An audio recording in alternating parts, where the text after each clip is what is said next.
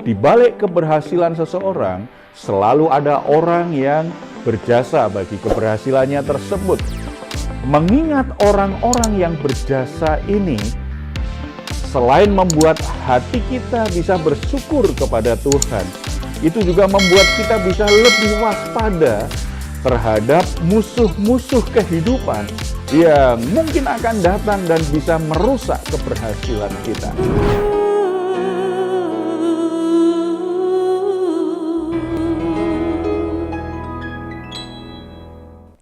Salam, God-lover yang dikasih oleh Tuhan Yesus. Senang boleh kembali berjumpa dengan saudara dalam program Resen God malam hari ini bersama Diaspora TV. Setelah melewati berbagai kesibukan sepanjang hari ini, mungkin ada situasi tertentu yang membuat jiwa saudara menjadi letih lesu dan berbeban berat. Keadaan apapun yang saudara alami, jangan pernah menyerah.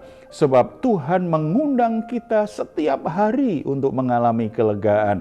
Tuhan Yesus berkata, "Marilah kepadaku semua yang letih lesu dan berbeban berat, aku akan memberi kelegaan kepadamu." Mari kita responi undangan Tuhan ini dengan iman kita datang kepadanya di dalam doa. Bapa di surga, kami datang kepadamu membawa semua beban berat hidup kami karena kami sangat percaya hanya di dalam Engkau kami boleh mengalami kelegaan. Ketenangan hati, kekuatan yang Tuhan berikan itu akan menyanggupkan kami untuk bisa bertahan bahkan menyelesaikan setiap permasalahan yang ada. Anugerah-Mu akan memberi kami apa yang menjadi solusi atas kehidupan kami semua. Bapa, saat ini kami siap mendengar firman-Mu, mari Engkau berbicara kepada kami dalam nama Tuhan Yesus Kristus. Amin. Di balik keberhasilan seseorang, selalu ada orang yang berjasa bagi keberhasilannya tersebut. Mengingat orang-orang yang berjasa ini, selain membuat hati kita bisa bersyukur kepada Tuhan, itu juga membuat kita bisa lebih waspada terhadap musuh-musuh kehidupan yang mungkin akan datang dan bisa merusak keberhasilan kita. Kita akan mempelajari 1 Tawarikh pasal 20 ayat 4-8. Di situ dijelaskan tentang keberhasilan Daud mengalahkan musuh-musuh kerajaan Israel. Semua kemenangan Daud itu tidak terlepas dari dukungan para panglima perangnya yang hebat. Kita membaca ayatnya, ayat 4. Sesudah itu timbullah pertempuran melawan orang Filistin di Geser. Pada waktu itu Sibkai orang Husa memukul kalah Sipai, seorang dari keturunan raksasa, dan mereka ditundukkan. Ayat 5, maka terjadilah lagi pertempuran melawan orang Filistin. Lalu Elhanan bin Yair menewaskan Lahmi, saudara Goliat, orang Gad itu, yang gagang tombaknya seperti pesa tukang tenun. Lalu terjadi lagi pertempuran di Gad, dan di sana ada seorang yang tinggi perawakannya, yang tangannya dan kakinya masing-masing berjari 6, 24 seluruhnya. Juga orang ini termasuk keturunan raksasa. Ayat 7. Ia mengolok-ngolok orang Israel, maka Yonatan anak Simea kakak Daud menewaskannya. Ayat 8. Orang-orang ini termasuk keturunan raksasa di Gad. Mereka tewas oleh tangan Daud dan oleh tangan orang-orangnya.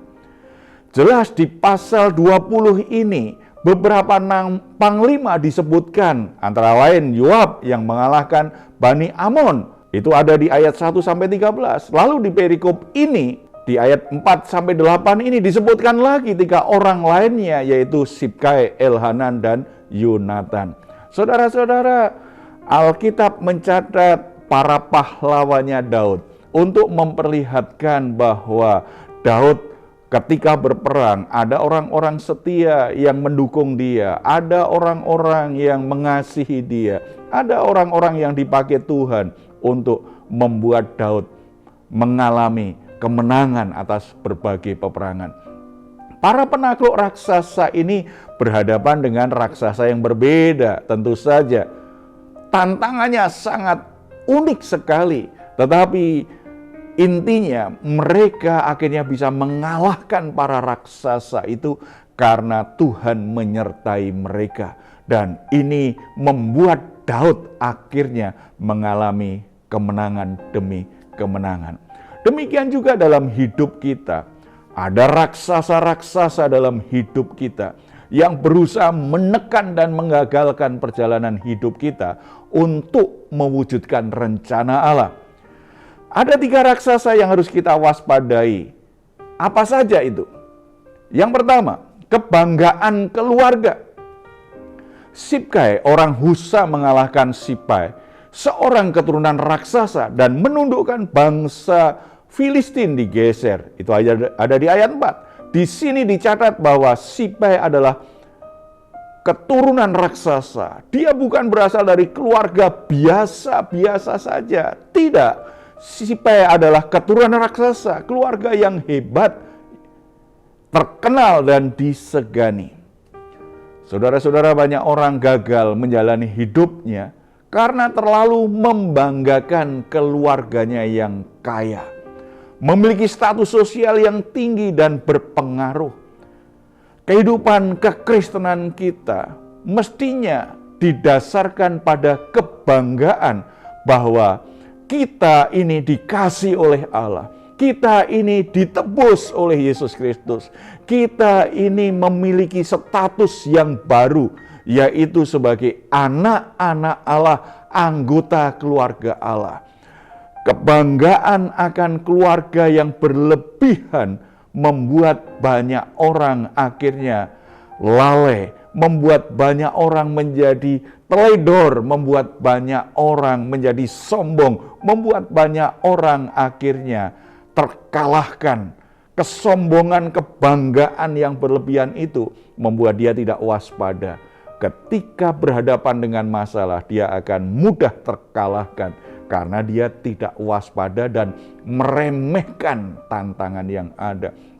Kebanggaan kita mestinya, kalau itu bicara tentang keluarga, kebanggaan terbesar kita adalah karena kita diberi kuasa menjadi anak-anak Allah. Nah, kalau kita ingat kita ini adalah anak-anak Allah, kebanggaan itu tidak didasarkan pada hal-hal yang lahiriah, bukan didasarkan pada status sosial, bukan pada prestasi-prestasi, tetapi didasarkan pada kasih karunia Allah. Kita menjadi anak-anak Allah bukan karena kita lebih baik dari orang lain, bukan karena perbuatan dan usaha kita, sepenuhnya karena kasih karunia Allah di dalam Yesus Kristus yang sudah menebus kita di atas kayu salib. Kebanggaan yang membuat kita bertanggung jawab, kebanggaan yang membuat kita bersyukur dan rendah hati, kebanggaan yang membuat kita akhirnya melihat hidup kita sebagai pribadi yang berharga, istimewa, dan harus dipertanggungjawabkan di hadapan Allah. Yang kedua, mengandalkan fasilitas. Elhanan bin Yair dalam pertempurannya melawan bangsa Filistin berhasil membunuh Lahmi, saudara Goliat yang gagang tombaknya seperti pesa tukang tenun. Banyak orang mengalami kegagalan menjalani hidup kekristenannya karena terlalu dimanjakan oleh fasilitas. Kekalahan raksasa itu karena apa? Karena terlalu membanggakan dan bergantung kepada senjatanya yang kelihatannya hebat sekali. Demikian juga banyak kehidupan orang Kristen gagal, kalah karena apa? Terlalu dimanjakan oleh fasilitas dan bergantung kepada fasilitas itu, bukan lagi bergantung kepada Tuhan yang sudah memberikan kepercayaan supaya dia bisa memiliki fasilitas itu. Seharusnya kita menggantungkan hidup kita sepenuhnya kepada Allah, bukan kepada fasilitas yang Tuhan izinkan kita miliki. Seharusnya kita menggantungkan hidup kita pada pribadi Allah, sumber berkat kita, bukan kepada berkat itu sendiri. Seharusnya kita menggantungkan pelayanan kita kepada Allah yang memberi kita kuasa, karunia untuk melayani. Bukan pada fasilitas pelayanan, bukan karena jabatan di pelayanan. Kita harus selalu mengingat dan menempatkan Allah sebagai pribadi yang utama, tempat kita memulai sesuatu, dan pribadi yang menyertai kita dan menjadi tujuan segala sesuatu yang kita lakukan. Allah segala-galanya, bukan fasilitas yang segala-galanya. Yang ketiga, kesombongan diri. Yonatan, anak Simea, kakak Daud, dalam peperangan melawan bangsa Filistin di Gad, berhasil membunuh seorang keturunan raksasa yang mempunyai jumlah jari tangan dan kaki sebanyak 24 jari. Berarti kelihatannya kan ini menjadi sebuah kelebihan. Lainnya cuma punya 5 jari, dia punya 6 jari. Beda dari yang lain. Sebagai raksasa, ini kan lebih menakutkan. Ini kelihatan lebih beda dari yang lain. Itu biasanya lebih menakutkan kalau dia raksasa. Saudara-saudara, dalam hidup setiap orang, itu ada kelebihan, ada kepintaran, ada kehebatannya yang berbeda satu sama lain. Tetapi sayangnya kelebihan, kepintaran, kehebatan yang dimiliki tidak dilihat sebagai keunikan yang membuat dia berarti punya sisi yang lain yang orang lain nggak punya. Tetapi seringkali itu hanya menumbuhkan kesombongan saja, merasa dirinya lebih baik dari orang lain, lebih pintar dari orang lain, lebih hebat dari orang lain. Kesombongan di hati kalau itu sudah tumbuh akan memperbudak hidup kita. Kesombongan itulah yang jadi Tuhan atas hidup kita. Kita mengabaikan pentingnya bergantung kepada Allah dan kita meremehkan apapun yang ada di dunia ini. Kita meremehkan orang-orang di sekitarnya. Akibatnya kita nggak waspada, ada masalah, kita gampang terkalahkan. Karena apa? Kita meremehkan dan kita menjadi sombong serta tidak mau bergantung kepada Allah, sumber kekuatan dan kemenangan kita. Hal-hal ini adalah raksasa jahat yang harus kita taklukkan. Semua kelebihan kita seharusnya membuat kita semakin efektif, semakin baik melayani dan memuliakan Tuhan. Semakin baik, semakin efektif sebagai kepala keluarga, sebagai orang tua, sebagai orang yang bekerja. Kelebihan itu dipercayakan Tuhan supaya kita bisa produktif, bisa menghasilkan buah lebih baik, bukan untuk kesombongan, bukan membuat kita akhirnya justru melupakan pribadi Tuhan yang memberi kita kelebihan-kelebihan tersebut. Mari kita refleksikan kebenaran firman Tuhan ini dalam hidup kita secara pribadi. Mari kita bersyukur atas orang-orang yang telah berjasa dalam hidup kita. Mungkin mereka adalah orang tua, guru kita di sekolah, atau pembimbing rohani kita di gereja, atau hamba-hamba Tuhan yang membuat kita akhirnya mengerti jalan Tuhan, bertumbuh bahkan bisa terlibat dalam pekerjaan Tuhan. Atau mereka itu adalah saudara-saudara kita, kerabat kita, atau sahabat kita, siapapun mereka. Mari kita ingat mereka, kita bersyukur kepada mereka, kita memberi apresiasi yang sepantasnya kepada mereka. Kehadiran orang-orang yang berjasa dalam hidup kita itu sudah dikehendaki, ditetapkan oleh Allah untuk menolong kita mengatasi masalah-masalah, untuk menolong kita bisa bertumbuh dengan baik, untuk membuat kita bisa menghadapi tantangan dalam hidup ini tidak sendirian. Karena Allah mengirim bantuan, yaitu orang-orang yang ada di sekitar kita. Orang-orang yang sudah berjasa itu. Firman Tuhan hari ini mengingatkan kita agar waspada dengan kebanggaan keluarga. Waspada kalau kita sudah terlalu mengandalkan fasilitas dan mulai sombong. Jika kita tidak waspada menyikapinya dengan bijaksana, maka 3 hal di atas itu menjadi raksasa yang akan merusak bahkan menghancurkan hidup kita. Tetapi kita bisa mengalahkannya kalau kita menyikapinya dengan benar, belajar dari orang-orang yang sudah berjasa dalam hidup kita. Mari kita bersatu dalam doa. Bapa di surga, kami bersyukur untuk setiap orang yang sudah berjasa dalam hidup kami. Bersyukur untuk ayah ibu, bersyukur untuk saudara-saudara, bersyukur juga untuk guru-guru yang sudah mendidik kami, bersyukur untuk pembimbing-pembimbing rohani yang membuat kami bisa mengenal Engkau, bersyukur untuk hamba-hamba Tuhan yang membuat kami bisa bertumbuh dengan baik di dalam iman dan di dalam pengenalan akan Engkau, bahkan untuk pemimpin-pemimpin rohani yang sudah memberi kami kesempatan ambil bagian dalam pekerjaan-Mu. Mereka mengajarkan kepada kami, mereka melatih, dan mereka memberi kepercayaan kepada kami juga ikut melayani. Kami bersyukur untuk mereka semuanya Tuhan. Orang-orang yang sudah Tuhan tetapkan ada di dalam hidup kami, dalam perjalanan hidup kami, dan mereka semua orang-orang yang berjasa dalam hidup kami.